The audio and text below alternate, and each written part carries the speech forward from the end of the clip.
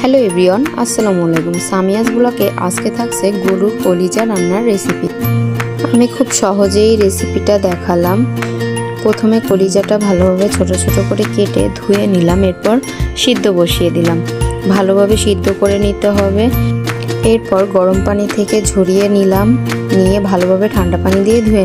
এখন চুলায় একটা কড়াই বসাই দিব, এর ভিতর পরিমাণ মতো তেল দিব। কলিজাতে একটু তেল বেশি দেওয়া লাগবে। পরিমাণ মতো পেঁয়াজ দিব। পেঁয়াজটা ভালোভাবে ভাজা ভাজা করে নিতে হবে, ব্রাউন কালার আসা অবধি। এরপর এর ভিতরে কয়েকটা তেজপাতা ছিঁড়ে দিয়ে দিলাম। কিছুক্ষণ নাড়াচাড়া করে এরপর আদা বাটা রসুন বাটা দিয়ে দিলাম। এরপর ভালোভাবে নাড়াচাড়া করে নিতে হবে যেন আদা রসুনের গন্ধটা না থাকে। এরপর পরিমাণ মতো লবণ, হলুদ, জিরের গুঁড়া, ধনিয়া গুঁড়া, গরম মশলা গুঁড়া, প্রয়োজনীয় যেসব মশলা সবগুলোই দিতে হবে। লাল মরিচের গুঁড়া সব পরিমাণ মতো দিয়ে দিলাম।